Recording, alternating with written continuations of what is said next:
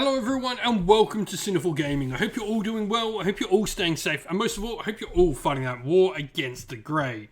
Today's video we're going to talk getting started with Warhammer Age of Sigmar, and today we're looking at the Blades of Khorne once again, and this time we're looking at the Skullfiend tribe. Now in this video, as normal, we're going to go through the special rule that makes the Skullfiend tribe look cool and have some uniqueness amongst the Blades of Khorne forces before having a look at a couple of units we recommend to get started with for the faction. We'll then take a look after this at some other units we can use to expand upon those initial purchases, and finally finish off the video with a little sample army list of 1,000 points for you to use as some inspiration for starting your own army for the Skullfiend tribe in the Blades of Khorne. And so, we have the rule Blood Crazed Berserkers. What this does is, if you make an unmodified charge roll of an 8+, of course, Khorne's magic number, or Khorne's favourite number, probably shouldn't say magic number with Khorne, for a friendly Skullfiend tribe bloodbound unit, the strike first effect applies for that unit until the end of the turn. This is pretty cool. If you roll at slightly above average charge, and it does have to be a modified charge roll for this, which is unfortunate. It'd be cool if it was just a charge roll, because then you get all your bonuses and some ways to play around it. Though there are plenty of ways to get rerolls to charge in here, which could be pretty cool and useful. But getting strikes first is pretty cool, especially on top of the fact we have some ways to deal mortal wounds in a variety of different ways for the army. And so, where to start with this particular subfaction, but of course with a mounted Lord on Juggernaut. The Lord of Khorne on Juggernaut is one of my favourite miniatures for the Blades of Khorne force. I think it's an absolutely cool model. Now, what this model is going to bring to the table is some serious punch.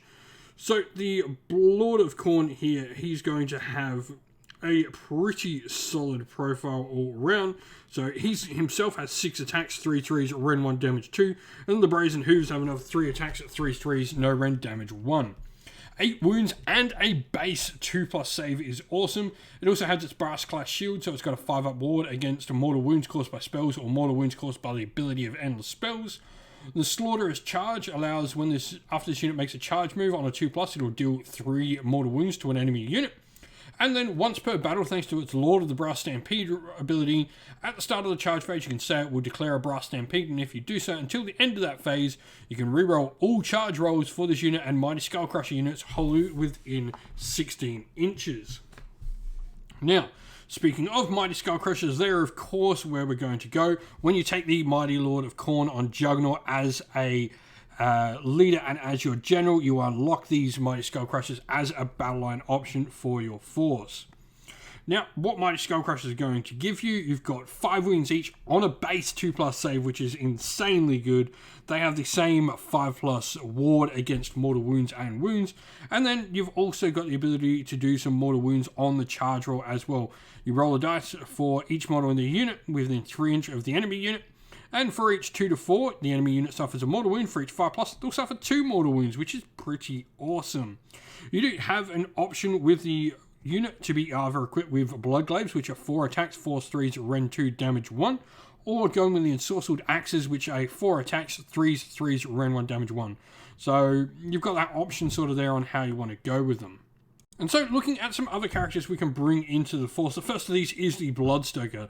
His big ability is, at the start of the movement phase, you can pick up to D3 other friendly bloodbound units in your force, of which Mighty Skullcrushers are, and units within 3 inches of this unit, and roll a dice for each of those units. Regardless of the roll, that unit can run and declare a charge later in turn. If you did roll a 1 on the roll, they still can run and charge, they'll just suffer a mortal wound as well.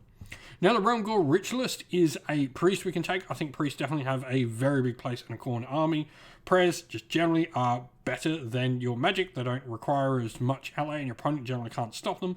There's some really cool prayers like minus your ability on attacks with this model, but you've also got the generic ones as well that you can take, well, at least for generic ones for Khorne. Out of the Khorne lore, you have things like being able to give +1 rends or out of phase move. Now, looking at some other priests, the Herald of Khorne on Bloodthrone is another interesting option as well. This particular model you can take. It won't benefit from some of the abilities, but it is a priest that can keep up with your force thanks to being mounted. The last thing here we have is the Judgments of Khorne. I think these are really fun. You've got some really solid ones. First of all, the Wrath Axe is just some straight up damage dealing. You then have the Hexgorger Skulls, which are great for doing some negating effects to your opponent's magic, including even blowing up their wizards potentially. And the Blood Sigil stops your opponent being able to use Inspiring Presence around it, which can be really cool for an army that doesn't want to get stuck in protracted combats.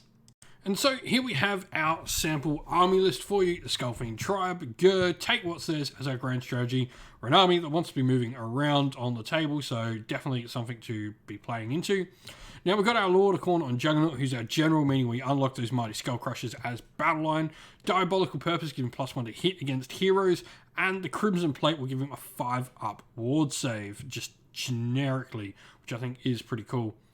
Bloodstoker in there as well, and a Realmgore Ritualist with Unholy Flames, which is a prayer that gives you -1 additional point of rend. And then Aspect of the Champion on them, Stubborn as a Rhinox, pretty useful, counting as 10 models and objectives when we've got such an elite force. Battleline wise, we just have 3 units of Mighty Skull Crushers, really up to you on what weapon you prefer. Bleeding Icon in there as well. I really love this in combination. Stops us getting stuck in protracted combats, hopefully, by forcing our opponent to not be able to use Battle Shock immunity. And then everything is wrapped up in a Bash Regiment here. So we have a 1-drop force with 1,000 points on the nose.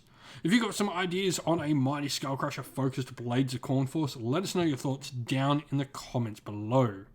And so that's the end of the video. We hope you all enjoyed it. If you did, please don't forget to leave a like and subscribe to the channel if you haven't already.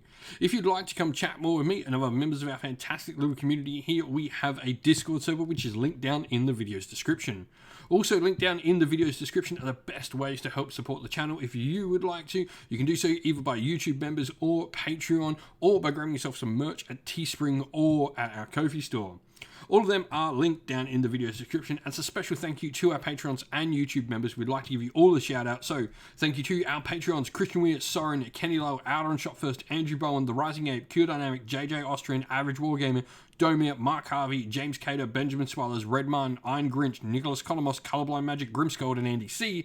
And to our YouTube members of Green Rich Gaming, Ronya, Lock Lorick, The Johnny84, David Ellsworth, Wolfric Nick, Baroque Chef, Ariana Edwards, Revenar, Pink Nico Fire, Robin Mankiller, Monty's Tabletop Terrain, John Castle, Davis Weird, James Tillman, Gargamel196, and Disco. Lastly, a special thanks, first of all, to Lady Witchfox Art, who does all the amazing art for the channel, everyone who helps come and provide the games for everyone to watch on the channel as well, and indeed all our fantastic mods and members of the community who keep our Discord and comment section a fantastic place for all to be. Thank you all once again, everyone. Stay safe, stay well, and most of all, keep fighting that war against the Grey. Ciao for now.